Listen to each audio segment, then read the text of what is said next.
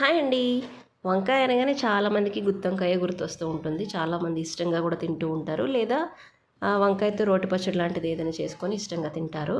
కానీ ఒక్కసారి ఈ ప్రాసెస్‌లో గనక మీరు వంకాయ కర్రీని చేశారంటే ఇంకెప్పుడు గుత్తొంకాయ గానీ, లేదంటే రోటి పచ్చడి గానీ చేయరు. ఎప్పుడు ఇదే చేసుకుంటారనమాట. అంత టేస్టీగా ఉంటుంది. చాలా సింపుల్ కూడా చేసేయడం.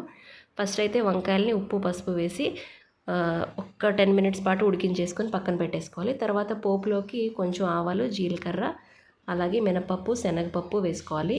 ఎండుమిర్చి, కరివేపాకు కూడా వేసేసుకున్న తర్వాత 2 గుప్పెళ్ళు మెంతికూరాకుని శుభ్రంగా కడిగేసుకొని వేసుకొని బాగా ఫ్రై చేసుకోవాలి చేదిపోయే వరకు. తర్వాత మనం ఇక్కడ పచ్చిమిర్చి పేస్ట్ అలాగే అల్లం పేస్ట్ వేస్తామన్నమాట. ఇదే టేస్ట్ ఇస్తుంది ఎక్కువగా ఈ కర్రీకి.